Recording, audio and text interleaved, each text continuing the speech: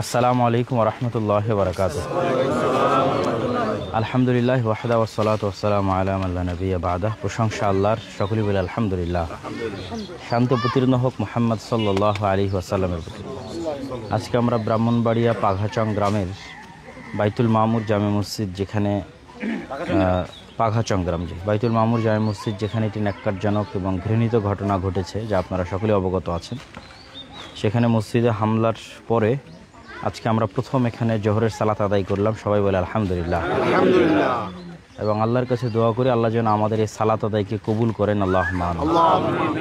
আল্লাহ যদি আমাদের এই সালাত আদায়কে কবুল করেন, ইনশাআল্লাহ এখানে একদিন বৃহত্তম দিনের মার্কাজ প্রতিষ্ঠিত হবে ইনশাআল্লাহ।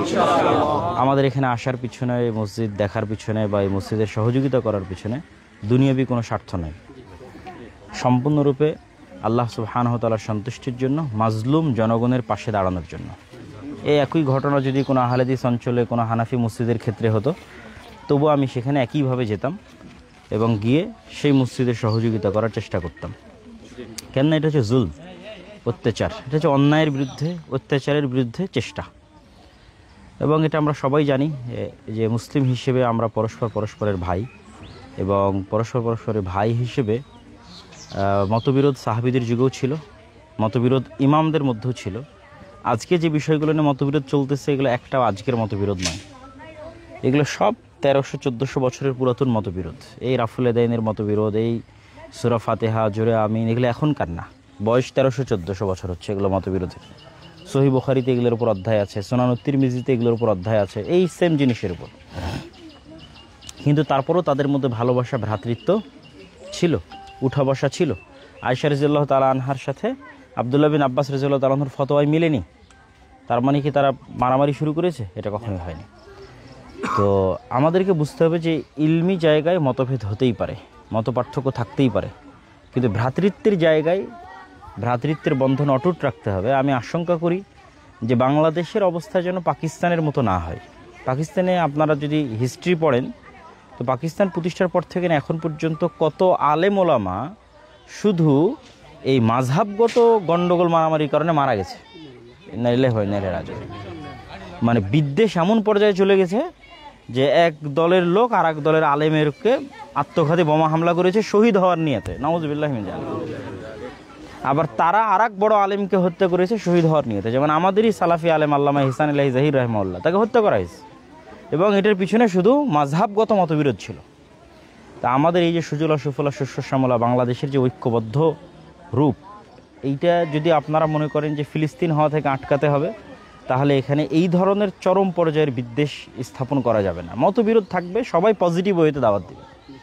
হানাফি ভাইদের প্রতিও, দেওবন্দি ভাইদের প্রতি আমার উদাত্ত আহ্বান যে আপনি আপনার মাযহাবের দিকে, আপনার মতের দিকে মানুষকে পজিটিভ ওয়েতে দাওয়াত দেবেন, যে ভাই এই দলিল, এই কারণে আমি এটা দেখতেছি।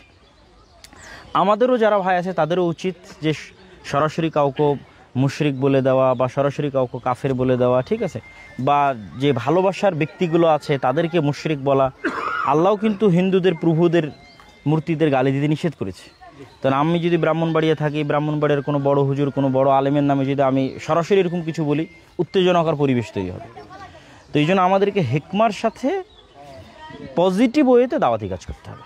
এটা উভয়ের প্রতি আমার উদাত্ত আহ্বান। আর আমি এই মসজিদের সহযোগিতার জন্য, যেহেতু আমি আগেও বলেছি, আমরা এই কেরানীগঞ্জের একটা মসজিদে গেছিলাম, সেখানেও খুব ভয়াবহ পরিবেশ ছিল। সেখানেও ভাইয়েরা বলতেছিল আপনি আসেন না। যেমন আজকে এখানে আসার পর অনেকেই বলছে যে জামিয়া ইউনিভার্সিটিতে আপনি যায়েন না একা, আপনি একাই গেলে এদেরকে আপনি চিনেন না, অমুক করবে তুমুক করবে। আমি বলছি কি আর করবে, মারবে, এই তো, তার তো বেশি করবে না।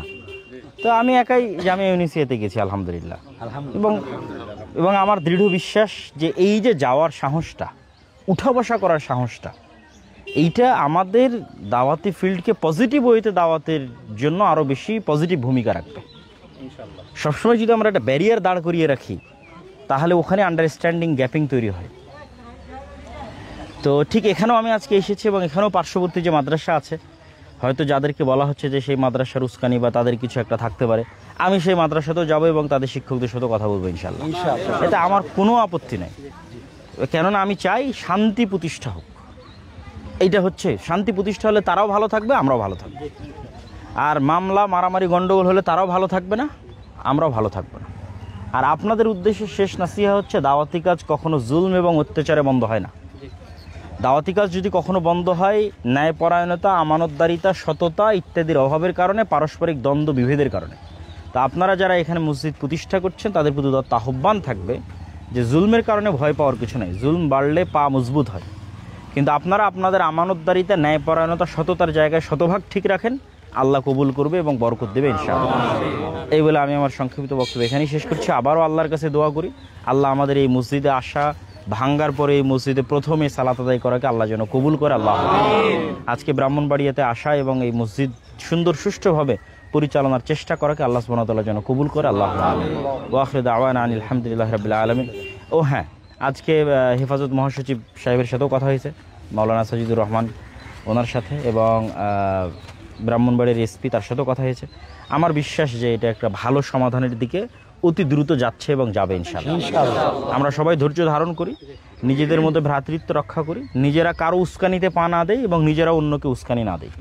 আল্লাহ আমাদের কবুল করুক। আল্লাহ আমিন। আসসালামু আলাইকুম রহমতুল্লাহি ওয়া বারাকাতুহু।